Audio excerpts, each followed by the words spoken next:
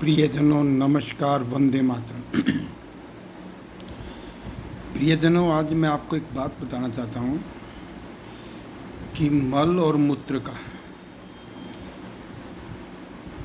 वहाँ पर जो उनकी विसर्जन प्रक्रिया जो बड़ी आंत से और मूत्र प्रक्रिया से जो मूत्र बाहर आता है उसका आपसी बहुत ज़्यादा संबंध होता है।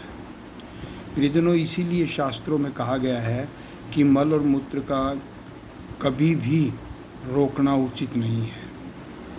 अगर आप उसको रोकोगे किसी कारण से, किसी व्यवस्था के कारण से, तो वहाँ पर आपको हानि से अलावा कुछ भी नहीं मिलेगा।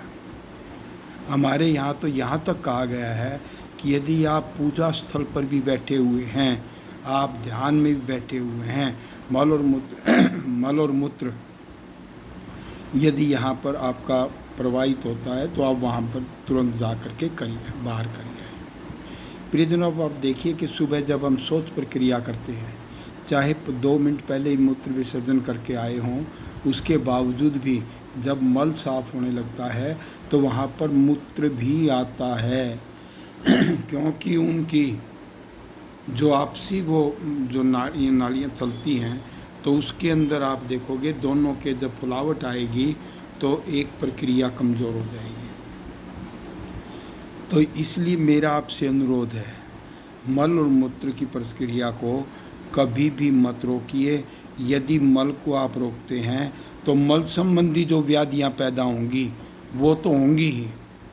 गैस बनेगी, एसिडिटी बनेगी, वायु प्रकोप होगा, पेट में दर्द हो सकता है, वमन वगैरह हो सकती है, लेकिन मूत्र दोष संबंधी रोग भी वहाँ से शुरू हो जाएंगे, ये ध्यान रखना। जो वृक्क है, गुर्दा जिसको कहते हैं, और दूसरे जो संस्थान हैं वो भी विकृत होने शुरू हो जाएंगे। अतः मेरा आपसे अनुरोध है, कोई भी मल प्रक्रिया, चाहे वो नाक से बाहर निकालनी है, चाहे वो कान से बाहर निकालनी है, चाहे वो आँख से बाहर निकालनी है, चाहे वो पसीने से बाहर निकालनी है, उन सब का विसर्जन करते रहिए, उन सब की जगह की सफाई करते रहिए। काफ़ी रोगों से छुटकारा आपको मिल सकता है। विशेष तौर पर मैं उन व्यक्तियों को कहना चाहता हूँ कि उनको कम से कम मल और मूत्र की प्रक्रिया ज़रूर ठीक करनी चाहिए। जो वो आजकल की औषधियाँ, जो केमिकल जो खा रहे हैं, जिनसे बीपी, शुगर, थायराइड वगैरह की जो खाते हैं, उनके अंदर जब मल शुष्क, बड़ी आंत में मल शुष्क होना शुरू हो जाता है तो मल पूरा नहीं निकलता, तो मूत्र संबंधी दोष भी वहाँ पर लग जाते हैं।